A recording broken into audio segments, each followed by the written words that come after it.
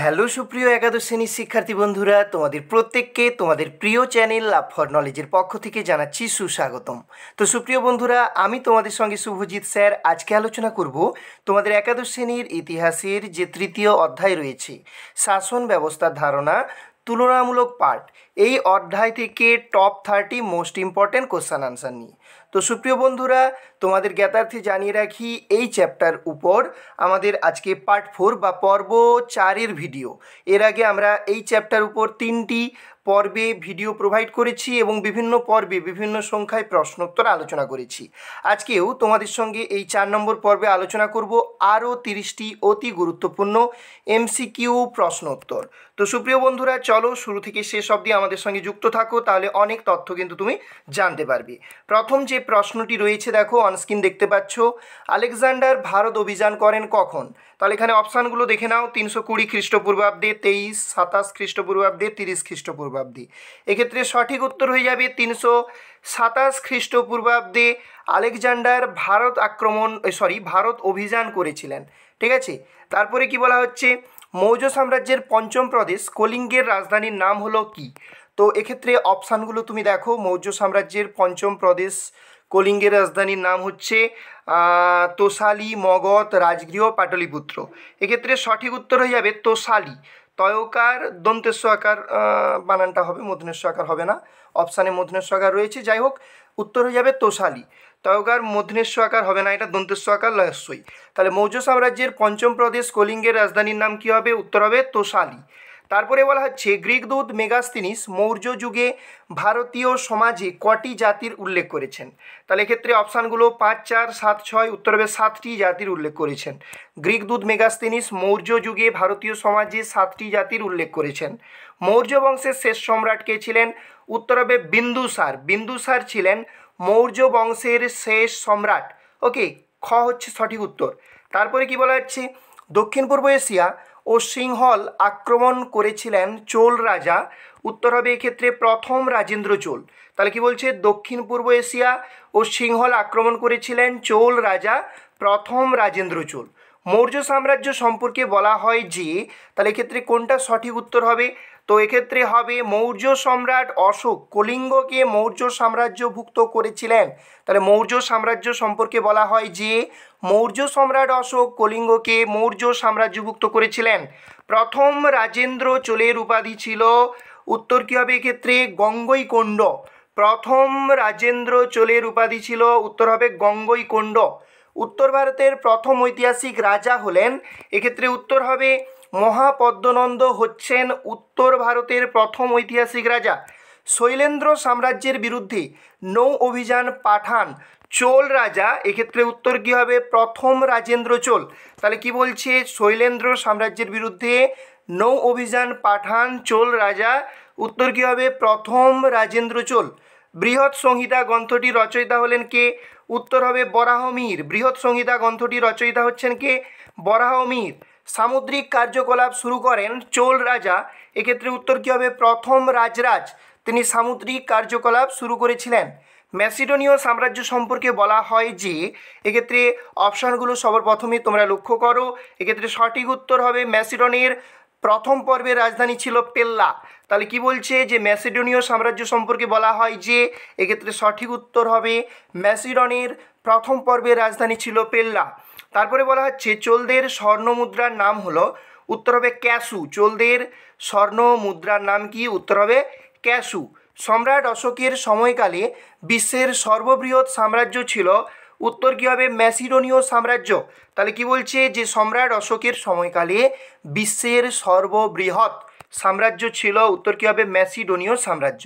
মৌর্য এবং ম্যাসিডোনীয় সাম্রাজ্যের যোগসূত্রের একটি উদাহরণ হলো, উত্তর হবে এক্ষেত্রে সেলুকাসের কন্যা হেলেনকে চন্দ্রগুপ্ত মৌর্য বিবাহ করেছিলেন। তাহলে এখানে কি বলা হয়েছে প্রশ্নতে, মৌর্য এবং ম্যাসিডোনীয় সাম্রাজ্যের যোগসূত্রের একটি উদাহরণ হলো, উত্তর হবে সেলুকাসের কন্যা হেলেনকে চন্দ্রগুপ্ত মৌর্য বিবাহ করেছিলেন। তারপরে বলা হচ্ছে, ম্যাসিডনের রাজনৈতিক অগ্রগতি সম্পর্কে বলা হয় যে, অপশানগুলো সবার প্রথমে দেখে নাও। দ্বিতীয় ফিলিপ পুরনো হপলাইট সেনাদলকে ঢেলে সাজান। সম্রাট দ্বিতীয় ফিলিপ নরনাইয়ের যুদ্ধে বিরোধী শক্তিজোটকে পরাজিত করে। তৃতীয় আলেকজান্ডার হিরাসপিসের যুদ্ধে পরুর কাছে পরাজিত হন। তারপর হচ্ছে আলেকজান্ডারের ব্যর্থতার ফলে চন্দ্রগুপ্ত মৌর্য সিন্ধু এবং পাঞ্জাব থেকে গ্রিকদের বিতাড়িত করতে সক্ষম হন। উত্তর হবে দ্বিতীয় ফিলিপ পুরনো হপলাইট সেনাদলকে ঢেলে সাজান, এটি হচ্ছে সঠিক উত্তর হবে। ম্যাসিডনের রাজনৈতিক অগ্রগতি সম্পর্কে বলা হয় যে দ্বিতীয় ফিলিপ পুরনো হপলাইট সেনাদলকে ঢেলে সাজান।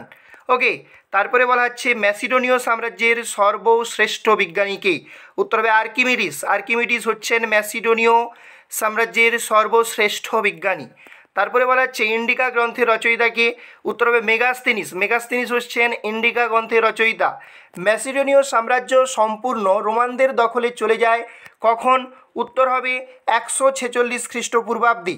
তারপরে বলা হচ্ছে সীতা হলো মৌর্য যুগের একটি, উত্তর কী হবে এক্ষেত্রে? কর। সীতা হলো মৌর্য যুগের একটি কী হবে? কর। ওকে, তারপর কি বলা হচ্ছে মেগাস্তিনিস ছিলেন, উত্তর হবে সেলুকাসের দূত। সেলুকাসের দূত ছিলেন মেগাস্তিনিস। ওকে, তারপর হচ্ছে চোল বংশের প্রথম ঐতিহাসিক রাজা কে ছিলেন? উত্তর হবে কারিকল। কারিকল ছিলেন চোল বংশের প্রথম ঐতিহাসিক রাজা। তাহলে অপশান ঘ কারিকল সঠিক উত্তর। তারপর বলছে ম্যাসিডোনীয় সাম্রাজ্যের ধ্বংসস্তূপের ওপর পরবর্তীকালে গড়ে উঠেছিল কোন সাম্রাজ্য? উত্তর হবে রোমান সাম্রাজ্য। ম্যাসিডোনীয় সাম্রাজ্যের ধ্বংসস্তূপের ওপর পরবর্তীকালে গড়ে উঠেছিল কোন সাম্রাজ্য? উত্তর হবে রোমান সাম্রাজ্য। রাজেশ্বর মন্দিরটি নির্মাণ করেন কে?